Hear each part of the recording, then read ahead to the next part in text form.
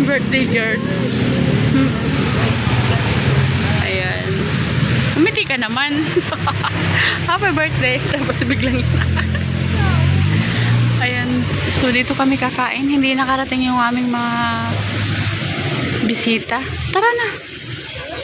Ay, kaya pumasok dito. Ayan. Ganda ng anak ko. Umuulan na. Ayan guys. Basa yung anak ko dahil sobrang ulan.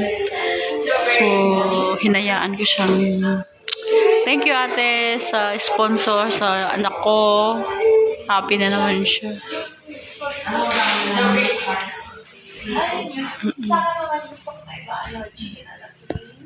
Ang dami niya in order guys. Dahil araw niya ngayon, sige go. Basta kailangan maubos mo lahat ha.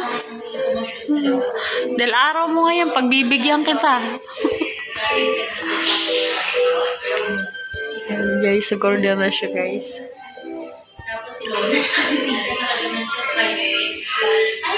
Ano po ate yung video po sa sponsor para sa birthday ko?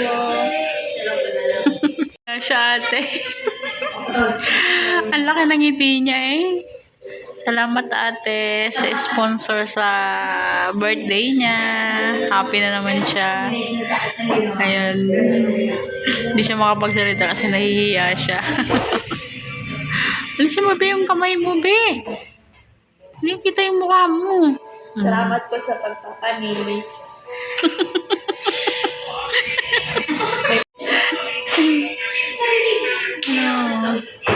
Sana all maganda. Oh, happy birthday na. I love you. Parang napipilitan mo magpasalamat. Hindi ko kasi matapos sa buwan. Ayan. Ngayon nagmamadali ka na. Huwag ka na matulala. Maganda ka naman anak. Enjoy mo yung gabi na to. Kahit umuulan. Tuloy pa rin kami mag-ina. Kanyang order. Salad. Bangus. Strawberry. Janakis ko. Thank you ate. Happy na naman ang aking Janakis sa iyong pa-sponsor dyan. Thank you so much. Sarap. Ayan na guys. Masarap. Ngayon ang kanyang in-order. Siya na lang muna. Kasi siya naman yung may birthday.